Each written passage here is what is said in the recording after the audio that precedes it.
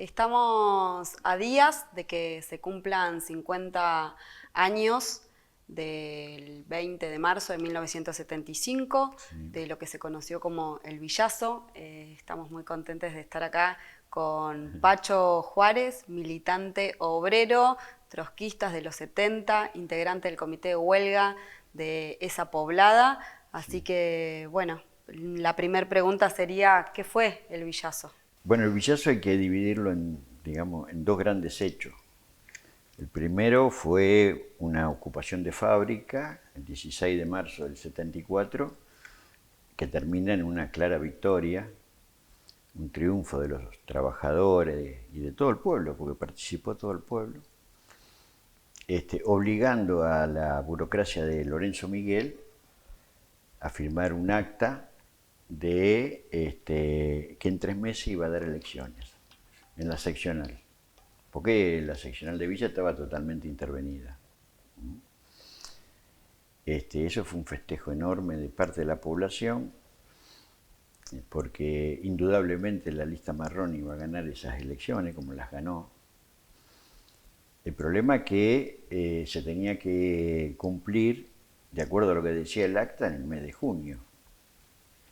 Y sin embargo, bueno, empezó todo un periodo de lucha, fundamentalmente de la derecha del peronismo, con bombas en los locales comerciales, en todos lados, asustando a la población, diciendo que era la guerrilla la que hacía esas cosas y que si ganaba la lista marrón iba a ser todo peor. Bueno, se hicieron varias movilizaciones para que se cumpla el acta, e inclusive se hizo un plenario nacional en una cancha de fútbol del Club Rivera del Paraná, donde fue Tosco, Salamanca, bueno, todos los grandes dirigentes de aquella época, ¿no? El PCT se movilizó, llevó delegaciones de fábricas metalúrgicas de todos lados, fueron en 3 colectivos, recuerdo, y bueno, todo para apoyar a la UON de Villa en su lucha para que se cumpla el acta. El problema es que ya para esa época ya funcionaba a pleno la temible AAA, asesinando compañeros. Y bueno, entonces en ese plenario se polarizó una discusión. Una de las que proponía el PST era de que el plenario votara una continuidad. Nosotros queríamos que ese plenario continúe, incluso más, incluso que se conforme a nivel nacional un movimiento sindical clasista, porque era la manera de enfrentar la ofensiva de la derecha asesina. Y bueno, no se logró por poco esa votación. La juventud peronista se oponía totalmente, pero en el fondo ellos no querían enfrentarlo a Perón, porque lo que proponíamos nosotros, una nueva central sindical, clasista, combativa, era para movilizar contra la AAA, contra la derecha, contra el pacto social de aquellos años. Pero el plenario en sí fue un hecho que tuvo una resonancia muy grande a nivel nacional, y la UON de Lorenzo Miguel acepta dar elecciones en noviembre. Entonces se firma otra acta y las elecciones van a noviembre, y en noviembre sí se hacen elecciones limpias y se ganan. La lista marrón gana. Bueno, fue un triunfo de toda la línea que tuvo una repercusión en el movimiento obrero muy grande, porque las corrientes combativas, clasistas del movimiento obrero eran una realidad, no era una cosa secundaria, digamos, era una realidad. Y se ganan las elecciones, eso fue un festejo fenomenal, se festejó en todos lados, en Villa ni hablar, y en todos lados. Pero 3 meses después se desata una represión feroz. El gobierno nacional de Isabel saca un comunicado diciendo que a lo largo del cordón industrial se estaba elaborando un plan para paralizar las industrias del cordón industrial, pero que la cabeza, y por lo tanto dice que es una serpiente roja, porque las fábricas están copadas por activistas de izquierda, pero que la cabeza estaba en Villa Constitución. Entonces ellos largan un plan ofensivo a las 4 de la mañana, un 20 de marzo de 1975, en donde invaden prácticamente toda la población, toda la ciudad. En esa invasión detienen casi 80 compañeros de las comisiones directivas, delegados, comisiones internas, y se interviene el sindicato. De La Patota interviene el sindicato, se instala en las terrazas del sindicato con fusiles automáticos, y bueno, y empiezan a actuar todo tipo de vehículos sin patente, con gente disfrazada, y empiezan a recorrer y a meter miedo en la población. Pero el movimiento obrero en Villa venía de un triunfo, como te decía antes, y entonces causó más indignación. Sobre ese segundo villazo, que acabas de contar cómo surge y demás, ¿cuál fue la política que levantó y que impulsó el PCT, antecesor del MST, para evitar el aislamiento de esa huelga? Lo primero que hay que señalar es la tremenda predisposición que mostró la base metalúrgica ante semejante invasión.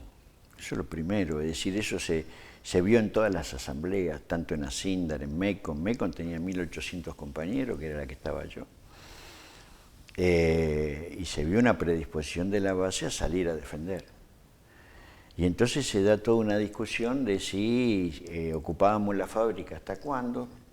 Algunos decían por tiempo indeterminado, y otros teníamos unas dudas bárbaras, porque en esta ocasión era distinta a la anterior ocupación de fábrica. Acá ya estaba toda la población, digamos, ya había una invasión de la represión, la población no se podía acercar a los alambres de la fábrica, no te podían acercar comida, no te podían acercar nada. Entonces declarar una ocupación por tiempo indeterminado en las 3 fábricas iba a ser muy complejo de sostenerla. Entonces, bueno, fueron transcurriendo las asambleas hasta que consigo que compañeros del PCT se comuniquen, porque no existían los celulares. Entonces nos comunicamos por carta, pero había que arrimarse hasta el alambre para que te den una carta. Bueno, corriendo esos riesgos, entonces recibo la línea, podríamos decir, de que una ocupación adentro de fábrica por tiempo indeterminado era suicida. Que la población y todo, que queríamos ir a la huelga larga por tiempo indeterminado, pero obviamente afuera de la fábrica. Pero corríamos con el problema de que afuera de la fábrica tampoco podíamos hacer una huelga en las puertas de la fábrica, no podíamos hacer asamblea en la plaza de Villa Constitución, no podíamos hacer nada de eso porque estaba totalmente copado por la represión el pueblo. Entonces que teníamos que ir a los barrios, Y en los barrios teníamos que elegir delegados barriales de los metalúrgicos, y ahí impulsar los fondos de huelga, la ayuda a los compañeros, que iba a haber un comité de lucha, que ese comité de lucha iba a editar un boletín de huelga. Ese boletín de huelga tenía que llegar a todo el mundo para informar, porque era la manera que teníamos para informar. No podíamos hacer asambleas masivas. Y fue emocionante ver cómo, una vez que desalojamos la fábrica, todos los 7.000 metalúrgicos, tanto de Asindar, Mecon y Marathon, el pueblo va a la ruta, nos abraza, y inmediatamente empiezan a decir, yo voy a ser delegado en tal barrio, en los distintos barrios, en las distintas poblaciones del cordón industrial. Empiezan a surgir delegados barriales por todos lados. O sea, empieza a haber una verdadera organización de base. Una organización en donde a la represión le resultaba muy difícil identificar quiénes dirigían. El comité de lucha, a mí me eligieron para ser comité de lucha por parte de MECO. Estaba conformado por 2 de MECO, 2 de Marathon y 3 de Asindar. Todos fuimos elegidos por asamblea, pero pasamos a la clandestinidad. Entonces, la huelga quedó en las manos de las decisiones que se tomaban en los barrios. Al ir a hacer una huelga metalúrgica, pero en los barrios, se sumaban mujeres, se sumaba todo el mundo, los comerciantes, todo a apoyar la huelga. Se hizo una huelga, se hizo una verdadera pueblada. Además recibíamos el apoyo concreto de otros gremios del cordón, ferroviario, las docentes, los empleados de correo, me recuerdo, que se incorporaban a la lucha. Bueno, esa lucha fue una lucha heroica, la represión entonces empezó a mostrar cada vez más los dientes. Tuvimos 5 compañeros asesinados durante la huelga, que duró 59 días, casi 60 días. 5 compañeros asesinados, tuvimos más de 100 compañeros presos, tuvimos 1000 despidos. Y bueno, fue una huelga heroica, tremenda, que con todas las que teníamos en contra, se sostuvo en base a la moral de los trabajadores. Prácticamente no tuvimos carnero.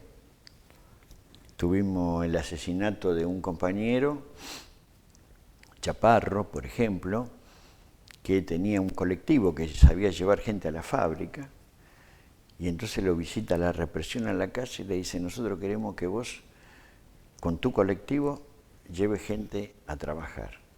Carnero, que sacaban de San Nicolás. Y el pibe dijo que no, que eso no lo iba a hacer, y bueno, fue y lo fusilaron, el pibe, a Chaparrito. Es decir, tuvimos ese tipo de cosa aberrante, ¿no es cierto?, tremenda. Tuvimos el asesinato de Rodolfo Mancini. Yo tenía 21 años, Rodolfito tenía 23, jugábamos junto a la pelota, y lo agarra la AAA repartiendo boletín de huelga. Y lo encierran en el baúl del auto y bueno, lo queman vivo acá en Sarandí. Y bueno, y todo eso, nada de eso hacía retroceder a la gente. Bueno, fue todo así. La huelga se levanta cuando hacemos una asamblea. Ya el 22 de abril quisimos hacer una asamblea general y fuimos brutalmente reprimidos. Ahí matan al compañero García. Nosotros ese 22 de abril íbamos a declarar un paro regional que se hizo igual, porque no solamente en apoyo y pidiendo la libertad de los compañeros, sino en repudio a la represión. Los compañeros del PST, tuvimos muchos compañeros detenidos del PST, sobre todo de la juventud del PST, porque venían en colectivo de Rosario, de las universidades, en colectivo, y eran las pinzas en la ruta, paraban los colectivos y directamente los mandaban, los detenían, y bueno, pibes de 18, 17, pibitas de secundario, tuvieron 1 o 2 años presos en Coronda por venir a apoyar la huelga de nosotros. Bueno, y así transcurrieron los días. Ya los víveres que recibíamos de solidaridad de otra fábrica no llegaban a Villa Constitución, porque los camiones eran parados en la ruta. Entonces estábamos en una situación muy, muy difícil y extrañábamos que la solidaridad, y decíamos que si en ese plenario de abril del 74 se hubiese votado una coordinadora nacional que largara medidas de lucha a nivel nacional en apoyo a nosotros, pero eso no estaba. No estaba. Eso, el problema de los problemas siempre pasa por el problema de la dirección, en un sentido, y también de la predisposición, en este caso de la base. En este caso la predisposición de la base fue heroica, y de todo el pueblo fue heroica, pero no había una dirección por fuera de Villa Constitución que hiciese que la huelga se extendiera, digamos, que las luchas se extendieran en solidaridad nuestra. Para retomar eso, que fue una parte de la pregunta que me había quedado sin hacerte. La política, la propuesta de impulsar la coordinadora, ¿qué debates, qué resistencias encontró en el medio de ese proceso? Sí, en aquel momento era muy complicado para la juventud peronista, para el Partido Comunista que tenía peso en el movimiento obrero, que de una u otra manera influía sobre la postura de Tosco. Era muy difícil para ellos plantear una coordinadora nacional y por fuera del enfrentar al peronismo. El peronismo influyó claramente en dividirnos, arrastró en esa división a Tosco, lo arrastró. Tosco era una voz, tenía una impronta muy grande dentro del movimiento sindical clasista, ellos habían sido los partícipes del Cordobazo. Y bueno, junto con eso el peronismo se aprovechó para seguir reprimiendo y derrotando, así como derrotó a Tosco en Luz y Fuerza en Córdoba, así como intervino la provincia, así como mató a Atilio López, que era el adjunto de la CGT cordobesa, ¿no? Del transporte, la AAA, y asesinaba gente, así como hizo esas cosas, tosudamente la juventud peronista no quería romper con esa política de Perón y, junto con el clasismo, armar conjuntamente una lucha independiente, digamos, ¿no es cierto? Así que ese fue uno de los grandes problemas, debilidades, errores que se cometieron en ese momento y que nosotros en la huelga lo sentimos totalmente. Pacho, contanos esto de que está visto que el Villazo fue una antesala, fue un laboratorio de lo que vino después en el 76. Sí, la represión al Villazo, ¿no es cierto? Bueno, la represión al Villazo contó con todo lo que después vimos con el golpe del 24 de marzo, es decir, hubo centros clandestinos de represión y de exterminio en la fábrica, Asindar, en la UON de Villa Constitución, copada por la Juventud Sindical Peronista. El compañero nuestro, Chiquito Moya, fue secuestrado y torturado en ese local. Una vez que te secuestraban y te torturaban, te entregaban. De acuerdo a lo que ellos querían o creían, te entregaban a la AAA para que te asesinen, te entregaban a la Policía Federal para que te encarcelen. Entonces la complicidad patronal con la represión es total. Además de que en el juicio se demostró que Asindar pagaba a la AAA, a gente de la AAA. Nosotros tenemos los recibos, que lo pusimos como prueba en el juicio, en donde la patronal de Asindar le extendía a los tipos de la Policía Federal, porque la Policía Federal, ojo, la Policía Federal fue parte de la AAA. Venían comisarios, a Villa Constitución venían comisarios de la Policía Federal de Tucumán y de distintos lugares. Tenemos el caso de uno que venía de Tucumán, no me acuerdo ahora el nombre, actuar como AAA. todo eso era pagado aparte por la patronal. Entonces, y después el exterminio. Es decir, el tener una política genocida para eliminar lo que fue una organización obrera, sindical, como fue la Lista Marrón. Trayéndote al presente, está transcurriendo el proceso judicial del Villazo por Memoria, Verdad y Justicia. Contanos cómo surgió y bueno, cómo va ese proceso. Bueno, el proceso judicial, digamos, la justicia esta que tenemos es una estafa. Vamos a empezar por ahí. Porque lo que yo te estoy contando pasó hace 50 años. Hubo un genocidio, hubieron crímenes, hubieron de todo.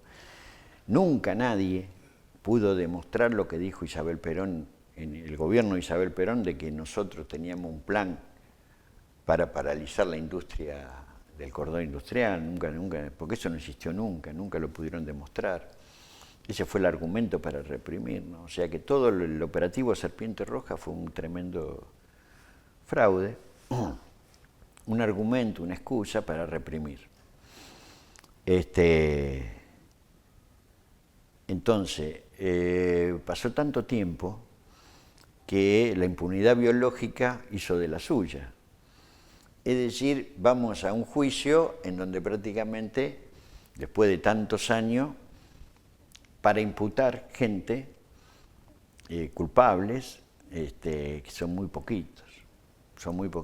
Para colmo, nosotros habíamos imputado a Isabel Perón, pero el juez Bailaque dijo que no, porque estaba loca, según él, insana mentalmente, pero Isabel Perón va y ustedes ven que recibe a la Villarroel, que recibe a todo el mundo, bueno, pero que está viejita. Entonces no podía estar imputada en este juicio. Entonces tenemos, sí, un jefe de personal que todavía vive, que nació en el año 1936, que se llama Pellegrini. Y después tenemos agentes que actuaron en la represión, pero con cargos inferiores, digamos, ¿no? Concretamente de represores tenemos 23, nosotros somos 37 los querellantes, y bueno, fue una lucha de por lo menos 15 años que nosotros venimos insistiendo hasta que se dio. Y llegar al final del juicio para nosotros es un triunfo dentro de lo que es esta justicia a la cual no tenemos ningún tipo de confianza. Bueno, gracias por tu testimonio y por tu lucha. Bueno, gracias a ustedes.